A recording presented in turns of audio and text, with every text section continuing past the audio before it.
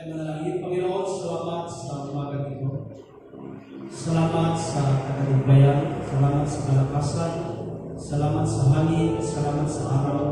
Salamat po Diyos sa biyaya, Panginoon. Lord, walang kami may pagmamalaki at may pagmamayabang sapagkat ang lahat po Diyos na meron kami ay grasya mula ng Diyos. Panginoon, sa mga oras na ito, dalangin ko po na patuloy ka po Diyos na mangusap, lalo-lalo na ulat sa iyong mga salita. Gamitin niyo po ako Diyos para po Panginoon isalaysay ang mabuting balita o Diyos ng iyong anak na si Kristo Jesus. Panginoon, sa oras na ito, dalangin ko po. Ikaw nga po ang mamuna sa amin, sa aming gawain. At Lord, pagpalain niyo po Diyos ang mensahe na aming marinig ngayong umaga. Ang aming mga katabi o Diyos at ang aming pamilya mga nasa iwan, Panginoon, pagpalain niyo po at ingatan. Yung mga mahal namin sa buhay, nagtatrabaho din po, Panginoon, sa ibang lugar o Diyos. Yung pamilya, Panginoon, na nasa probinsya, ingatan niyo po palagi o Diyos. Sa lugar niyo, Panginoon, ang biyaya, Panginoon. Salamat po, Diyos. Ito po kami dalangin sa pangalan ng Jesus na magsabi ng Amen and Amen. Kalapahan po natin ang Diyos. Nakapagod po tayo. Praise God. Okay? Good morning! Okay, so I've heard the news na wala po yung ating mga executive. So, can you please, okay lang ba? Mag-request po ako kasi ayaw po masyadong bakante yung nasa harap. No? Pwede bang yung sino po ang may lakas ng loob na i-occupy na sa harap? Sino po? Come on, church. Lahat siguro yung mga nandiyan, and then tayo po kayo, and then i-occupy nyo dito sa harap, and then gano'n na lang, domino effect. Sige nga. Come on, Ma'am Jazz, dito ka sa harap. Okay lang. Yeah, thank you. Salamat po. Thank you. Okay. Thank you, Lord. Yan. Okay? Praise God. Okay. Boys, wala po naka-occupy dito, boys. Sige, dito. Praise the Lord. Hallelujah. Thank you, Lord. Praise the Lord. Okay. Para lahat po ng boses ko ay yung ma-occupy dito. Okay, sabihin ko sa iyo katabi, this morning, may gagawin ng Diyos sa buhay mo. Okay? Yun na sa kaliwa mo, sabihin mo, kapatid, may aayusin si Lord sa buhay mo. Okay? And then sa kanan, sabihin mo, kapatid, may babaguhin si Lord sa buhay mo. Okay, sino po dito ang naniniwala mga kapatid na may gagawin ng Diyos sa kanya sa araw na ito? Itaas po kamay. Okay? So if I say 1, you know the drill. 1, 2, 3, 4. Okay. Stay put ka lang sir. Okay? Pero baka mo naman ang music sir para makapasok agad ako sa okay? Makusayaw sir. Okay. Pwede ba? Okay. So, let's talk about love again. Patuloy po tayo ating because February is still the month of love. So, the heart of the Bible. The heart of the Bible. John 3:16. Okay? This is our topic for this morning. Yung mga nasa likod, klaro ako? How about dito pa klaro? Thank you. In John chapter 3, verse 14 hanggang 17 po tayo. It says, just as Moses lifted up the snake in the wilderness, so the Son of Man must be lifted up, that everyone who believes may have eternal life in Him. For God so loved the world. Let me repeat that one more time. For God so loved the world that He gave His only begotten Son, that whoever believeth in him will not perish, but have eternal life. For God did not send his Son into the world to condemn the world, but to save the world through him. Pwede bang palakpakan natin ang salita ng Diyos? You know this verse? You memorize this verse? Nung ikaw ay una mong na-encounter ang Diyos, ito ang una mong narinig kahit ano pa ang iyong relihiyon. You know this verse. Can I hear amen? Napag-alaman natin ang versikulo ito. My topic for this morning is the scars of love. The scars of love.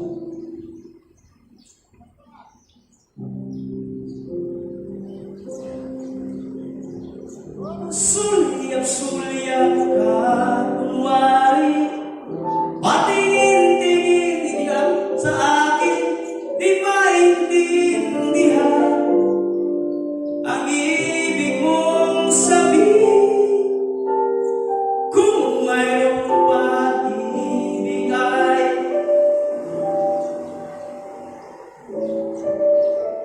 agad naman kita sasagutin. Sino ba tanong? Sino dito? Sino dito? Sino dito? Sino na? I mean, sino kumagat na nandito ng babae? Sino?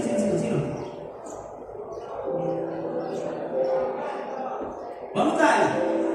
Pasulyap-sulyap ka. Anyone can help me? Patingin-tingin sa akin. Come on, ma'am. Halika. Beautiful lady in the back. Okay, ma'am. Okay, come on. Help me. Okay, it's okay. It's okay. Come on, ma'am. Tayo pa. Sasabayan kita.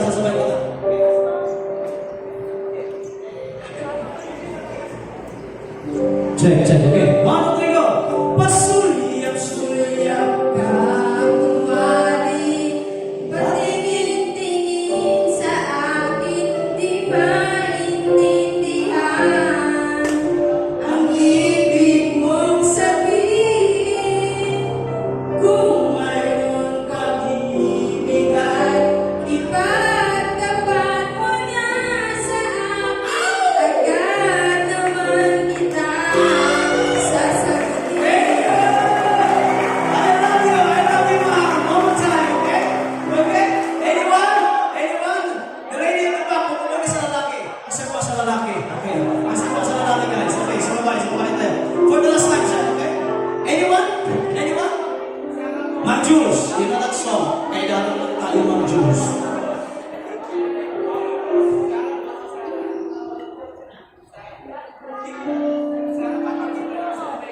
Sulyap-sulyap ka, kunwari, patingin-tingin sa akin, di maintindihan ang ibig mong sabihin.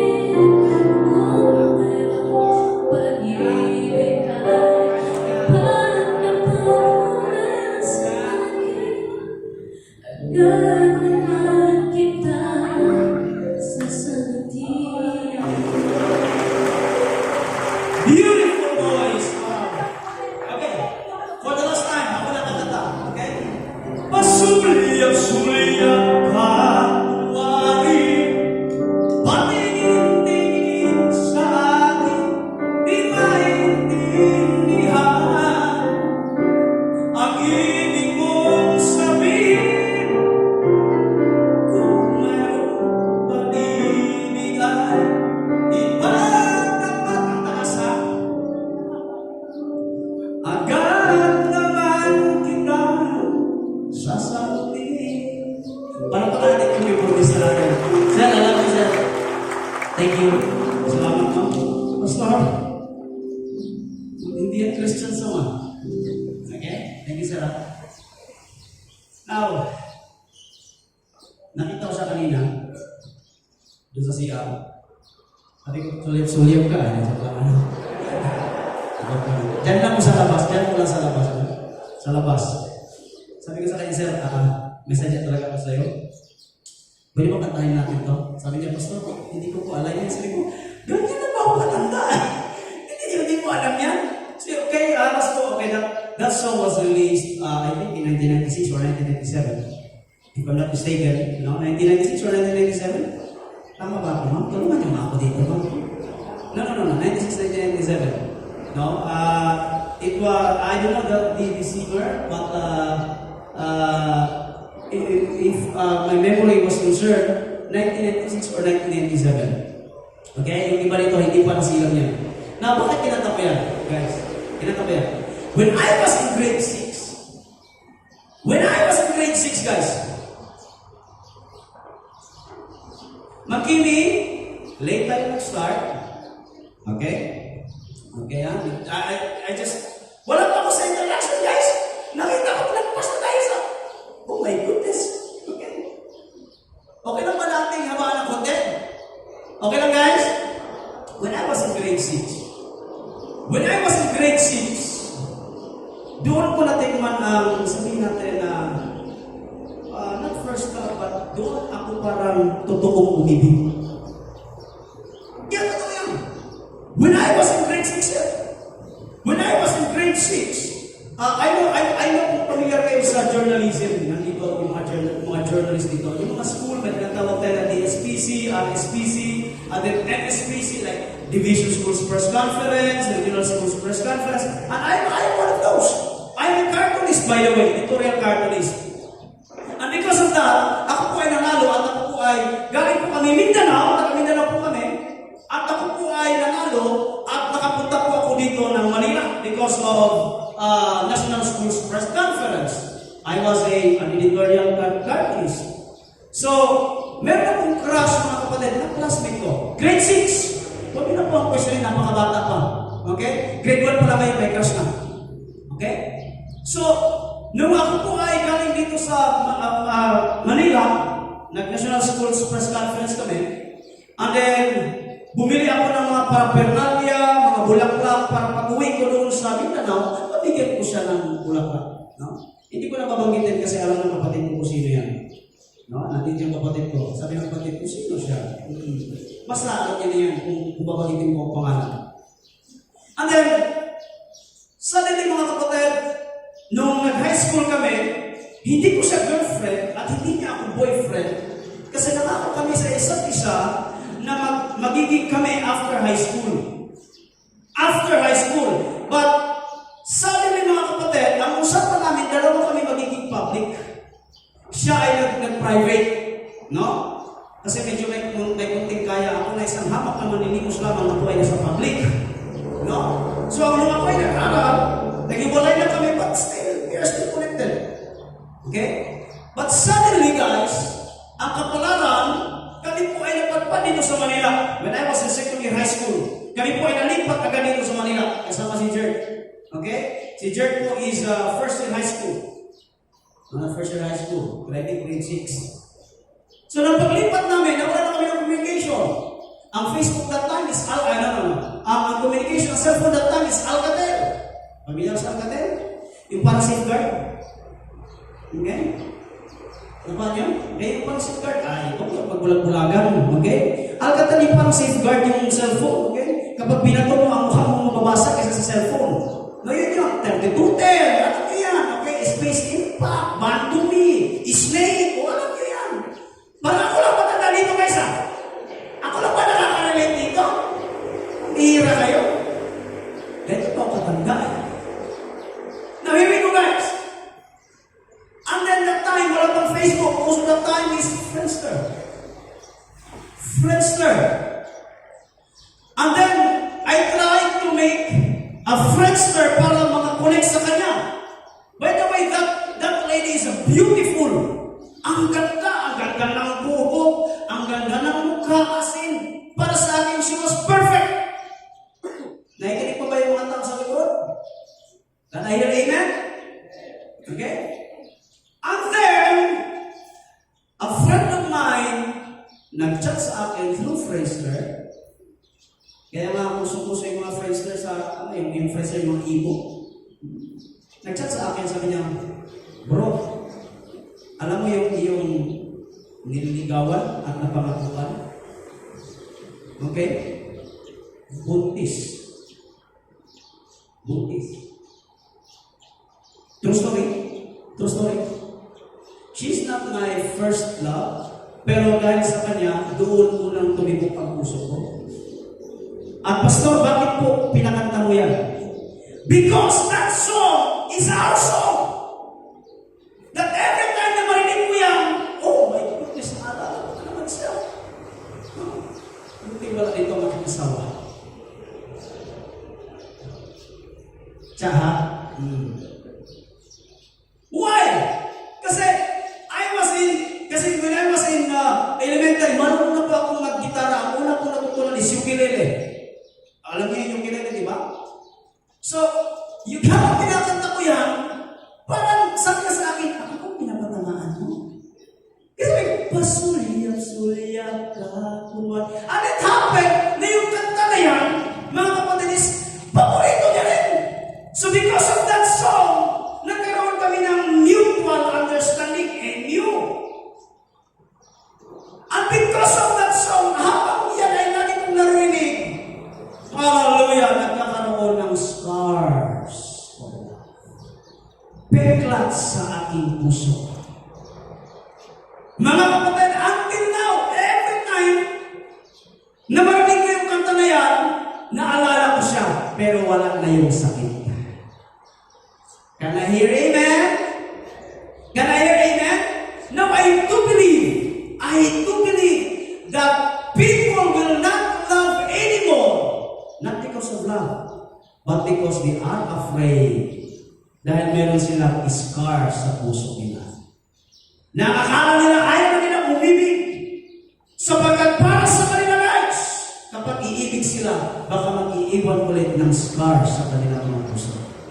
Now, guys, tabigin mo ang katabi mo, sabihin mo, it's time to love.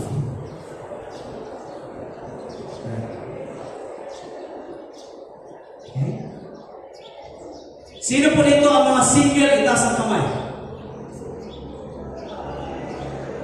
Nanakang kamay naman, church. Sino po nito ang single? Itaas ang kamay. I don't know you guys kung ano po ang naghihindran sa inyo, pero sometimes, ito ang nakinatutunan. Sometimes, ang ibang tao takot umibig because meron silang scars sa kanilang puso. Okay? So, basta may asawa na kami. Paano kami makarelate? Now, here we go. Here we go, guys. Now, look at the attitude of God. Ang Diyos natin na makapangyarihan sa lahat. We were the one who heard God. Tayo yung nakasakit sa damdamin ng Diyos. Ikaw at ako, we are a rebellious being. We are an idiot, a stupid being. We were the one who heard God. Tayo mga kapatid, ikaw at ako, tayo ang nagmarka sa puso ng Diyos. And God Himself has a lot of reason para hindi ka mahalin. Can I hear amen? Why? In Psalms, look at the verse. In Psalms 42 verse 3 it says, the Lord looks down from heaven on all mankind. Everybody say with me, all mankind. Wala po nitong exclusive. Lahat po tayo in all mankind to see if there are any who understand, any who seek God. Tinignan ng Diyos kung may naghahanap pa sa Panginoon. Tinignan ng Diyos kung may nag-intindi pa sa Diyos. But look at, all have turned away. All have become corrupt. There is no one who does good, not even one. Ikaw at ako, tayo po ang naglagay ng peklat sa puso ng Diyos. God has 1,000 reasons bakit hindi ka mahalin. God has 1,000 reasons, sir, na hindi ka isave. Why? Because ikaw at ako, nag-iwan tayo ng marka sa puso ng Diyos. If that is the case, na dahil sa marka at sa peklat, hindi tayo minahal ng Diyos. But, hey, look at this. For God so loved the world. The context of this verse, mga kapatid, Nicodemo went to Jesus Christ. Nicodemo was the teacher of the law. He was the priest. Isa siyang pare, isa siyang taong simbahan. But when he asked Jesus Christ, Jesus, ano po ang pamamaraan para ako ay makapunta sa langit? Look at the word of Jesus Christ. Hinighlight ko na po sa inyo. Sabihin mo sa iyong katabi, huwag kang matulog. Okay? Alam ko hindi naman kayo tulog eh. Now look at the verse.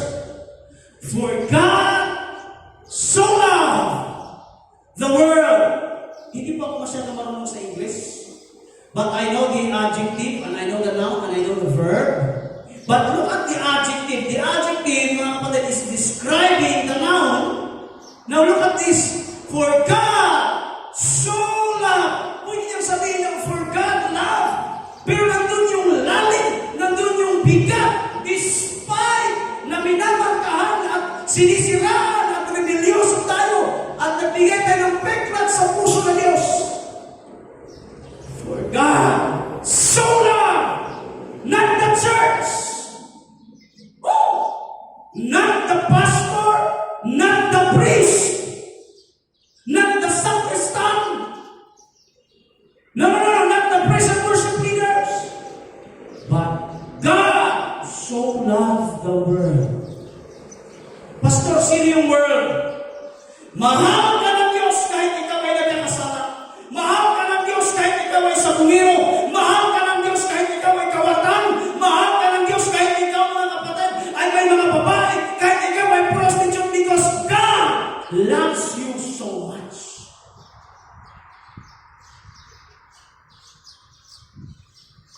Sabihin ko sa iyong katabi, mahal ka ng Diyos.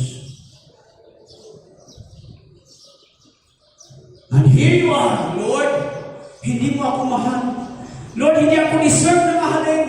Kasi nagbigay ako ng peklat sa puso mo. Now let me tell you guys, for God so loved the world. Pastor, lagi ako nagkakasala. God loves you so much. Mahal ka ng Diyos. Mahal ka ng Diyos na. Sa likod sabihin mo, mahal ka ng Diyos.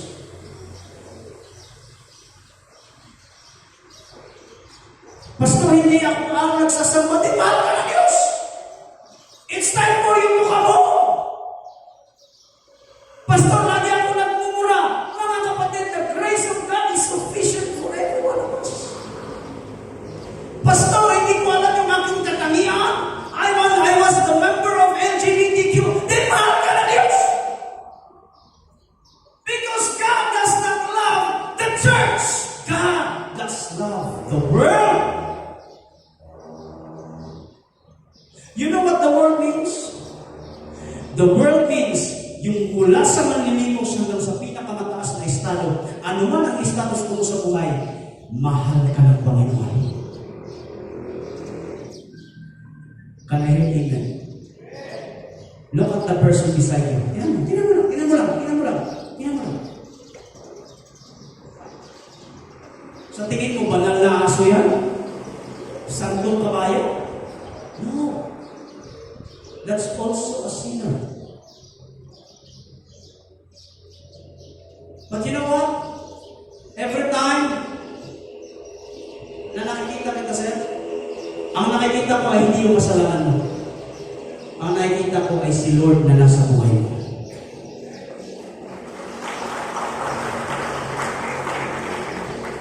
Pastor, bakit? Alam niyo, look at the susunod na verse. For God did not send His Son to condemn the world, but to save the world. Hindi siya pumunta dito para sabihin, makasalanan, adik, makasalanan, sabungero, babaero.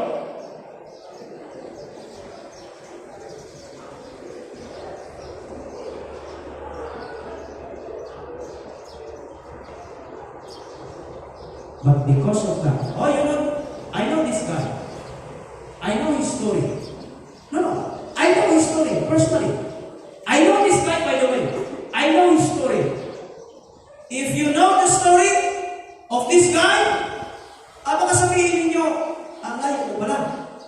Pero hindi niya pinagmamayabang yun. Why? Because God pumunta dito not to condemn kung ano ang ginawa mo, but to save you.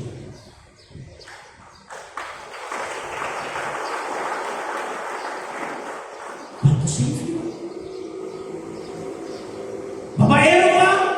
God does not condemn kung anong ginagawa mo, guys. But He loved you. Sabihin mo kasi katabi, mahal ka ng Diyos. Oh my goodness! Somebody here just say, mahal ka ng Diyos! Hallelujah! Kung ikaw, mga kapatid, ay ano man ang uri mo dito, katangian, posisyon mo rito sa trabaho, mahal ka ng Diyos! Mahal ka ng Diyos. Hindi pumunta rito ang anak para ikundina ka. God never said, just mean you have a sin. Hindi niya sinabi rito, mga kapatid, na ikaw ay kawatag manok sa bungiro. Babaero, palakero. No.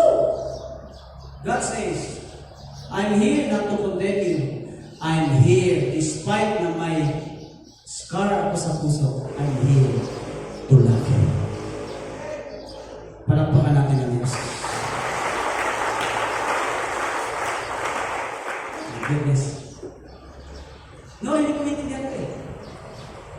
Yeah. Hindi ko maintindihan.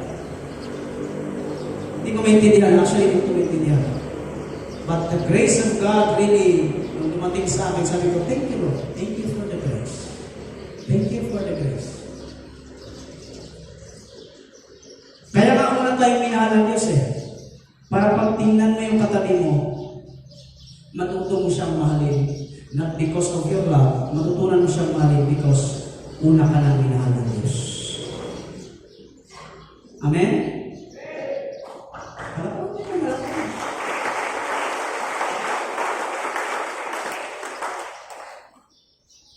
Tingnan mo nga yung katabi mo ulit.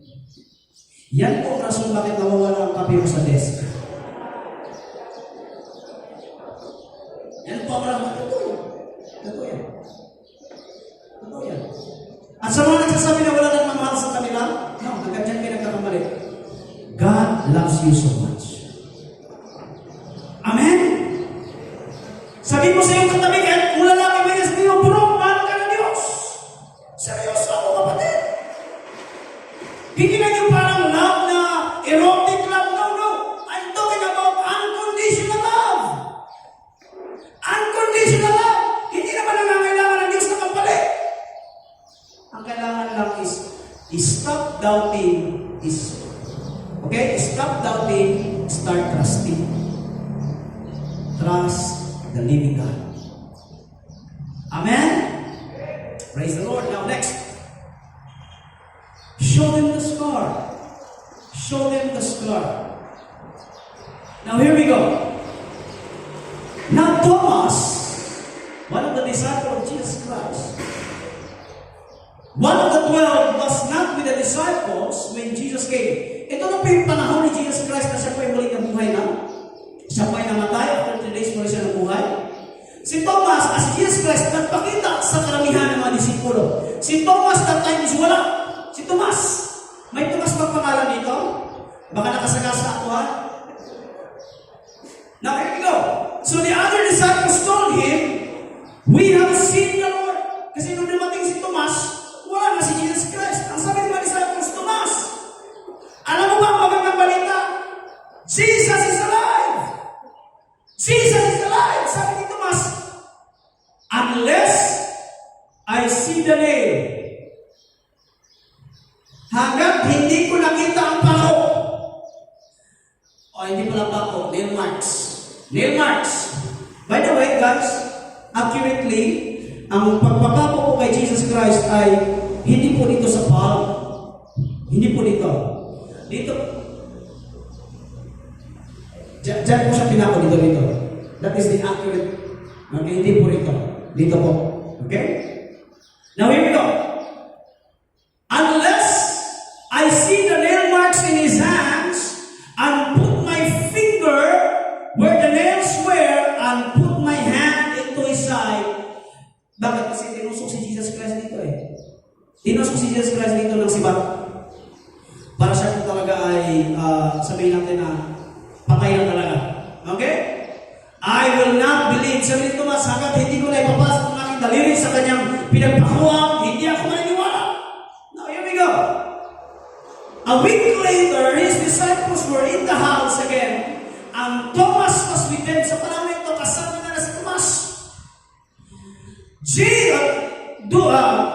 Though the doors were locked, kahit nakasarado ang pintuan, Jesus came and stood among them and said, "Peace be with you." Para sa inyo ito, malusok-lusok lang. Woo! At nung dumating si Jesus Christ, sabi niya, "Peace be with you." Nandun na si Tomas. Here we go. Then he said to Tomas, "Tomas, put your fingers on my hands. Reach out your hand and put it into my side. Stop doubting and believe." Thomas said to him, "My Lord and my God." I've been wondering this whole text. Jesus is the miraculous God. Amen? He heals the sick. Ang mga bulag nakakita, ang mga bingi nakakarinig. Ang patay na bubuhay. Ang mga nagdidemon possessed na mapalaya. But how come? Bilang isang Diyos, can you imagine? Na pwede niyang i-restore, hallelujah, ang sugat na meron sa kanya. Pero, hindi niya ginawa. Why? He is God. Jesus Christ is God. Pwede namang pagtanggal ng pako ng kanyang pagmuling pagkabuhay, pwede namang mawala yung peklat eh. Why? Because He is God. He can restore everything. But He chose not to heal or not. Hindi iwala ang mark. Why? Kahit ako nagtataka, Lord, pwede mo namang mawala yung butas na meron sa iyong kamay, yung butas na meron sa iyong tagiliran, yung butas na meron sa iyong paa, na ganito kalaki ang pako na pinako, mga kapatid, sa krus ng Kalbaryo. Pwede mo namang tanggalin at kunin ang peklat. But why? Bakit hindi mo ginawa? Even though you are God. Alam niyo ang sagot niya sa akin, kapatid? Alam mo kung anong sagot niya sa akin? Is this to remind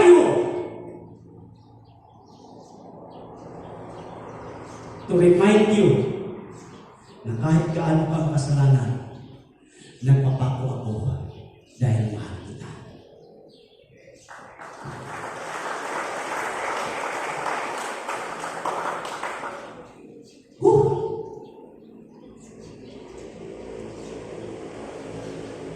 Can I hear amen?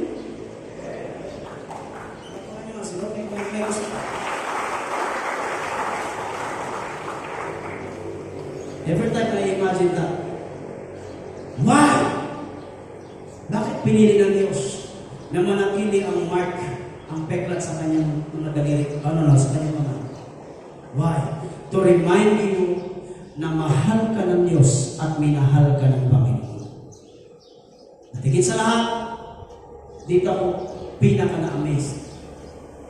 Ang sabi niya, ni Jesus Christ, ilagay mo ang daliri mo sa butas ng aking mga kamay at sa aking tagiliran. You know why? Ang gustong isabihin ni Jesus sa atin? Na kung ano man yung peklat ng pag-ibig na iyong pinag-araanan, walang-wala yan sa aking pinag-araanan. Hello, amen? Show them the mark. That's why every time na may kausap ka na mga pusong bigo, may kausap ka ng mga broken na tao, may kausap ka ng problemadong tao, show them the mark! Show them at sabihin mo, hey! Yung naranasan mo, andyan ako! Ganyan ako dati!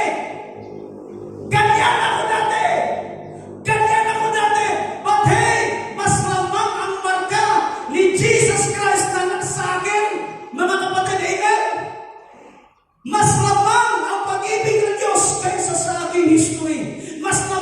pag-ibig ng Diyos kaysa sa aking history, kaysa sa aking nakaraan.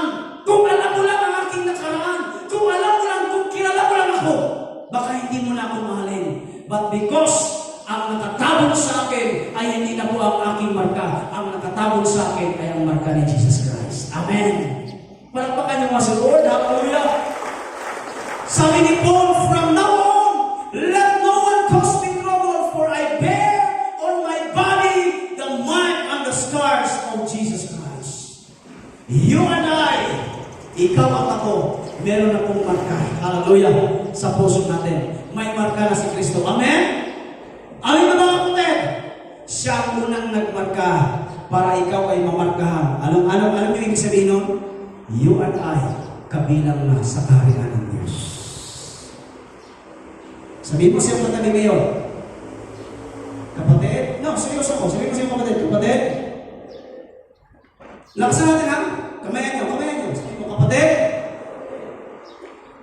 Huwag kang mag-alala. Makakapasok ka sa langit. Palakpakan niyo siya. Bye! Dito ako magtatapos, guys. Hear me out. Dito ako magtatapos. Meron akong kaibigan. Ako po ay pala kaibigan na tao. Kaya, sa mga friends ko dito sa Standard, huwag po kayong mainis sa akin because I keep on sharing the word of God sa inyo. Because that is my sign na mahal ko kayo. No? Guys, ganito yan. I have a lot of friends. And then, ito lang kaibigan ko, kapag nasa bahay namin, feel at home. When I was in high school. So dahil ako kaibigan ko sila, sabi nila, pre, sige lang, matulog lang kayo dyan, kahit sa akin matulog, sa bahay namin, sa ating bahay. Kung may pagkain sa kumain na kayo. Now, that time, wala ko si Papa at saka sa Mama. Ano na ko that time, gusto mo sa kwarto. Okay? The moment na pagpasok ni Papa dun sa bahay, ito mga kaibigan ko guys, ay nagluluto ng patsit kanto. Mga kawatan lang. Nagluluto ng patsit kanto ba? Okay, yung akta talaga yung kumukulong na yung then isasalin na lang yung tapos na talaga si Papa sabi ko, sino itong mga hinayupak na ito? Mga kawatan niya ito eh. Alam mo sabi sa akin, sabi ng classmate ko, hello po, pastor, kasi alam nila pastor yung Papa may pastor. Kaibigan po kami ni Jeff. Doon pa si Jeff? Tulog po sa kwarto. Nung nagbibig ko si Papa, ganita lang bumaba. Pag ganita lang bumaba, sabi ko, ay Papa, mga kaibigan ko yan lahat. Sabi ko, okay, kaibigan ko pala. So sabi, mula doon sa parang na-shock si Papa, biglang nagbago ang kanyang itsura. Sabi niya, okay, sige, ipapatuloy niyo lang ang inyong ginagawa. Sige lang, kumain lang kayo hanggang magsawa kayo. Something ganon. Okay? So in short, from nagulat mo, naging welcome na sila ngayon. Okay? Why? Because binigyan ko ng idea ang aking Papa kung sino sila. Sabi ko sa kanila, kaibigan ko sila. So, binigyan ko sila ngayon ng karapatan. Sabi ni Papa ko, sige, magpatuloy nyo lang. Now, when we go to heaven, kapag pumunta tayo sa langit, are you ready with this? Kapag pumunta tayo sa langit, Sir Mark, Sir Jude, okay? We are like the enemy of the Father. But because the mark of Jesus Christ is in you, pagtingin ng amang nasa langit, sabi niya, uy, sino ka? Sabi ng anak, kaibigan ko. Sabi ni Jesus Christ, kaibigan ko to. Dahil dyan, sabi ngayon ni Jesus Christ, alam ng ama, okay, pasok ka na sa langit. Not because of your sin, not because of what you did in this world, but because the mark of Jesus Christ is in your heart. Amen? Palakpakan niyo mga si Lord. Hallelujah. Palakpakan niyo yung pinakamalakas sa Diyos. You become worthy not because of what you did. You become righteous not because of what you did. You become righteous because of what Christ did died at the cross. Amen. At pinakamasarap, mga kapatid, hindi ka tinuring ng Diyos na kaibigan. Tinuring ka ng Diyos na anak. For God so loved the world that He gave His only begotten Son.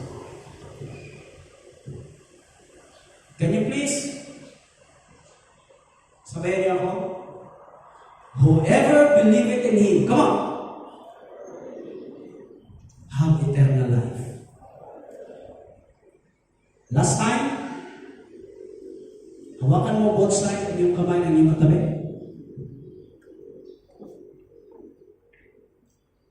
Sabihin mo, kung lalaki o babae man yan, siyang pare o mare, 1, 2, 3, go, pare! Yan, alam sa natin, pare! Huwag kang mag-alala.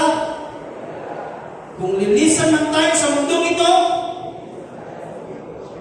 makikita tayo sa langit. Palakpakan ng Diyos. O God, be all the glory. Mahal tayo ng Panginoon. Pinakamalakas na palakpak sa Diyos. God is leading us.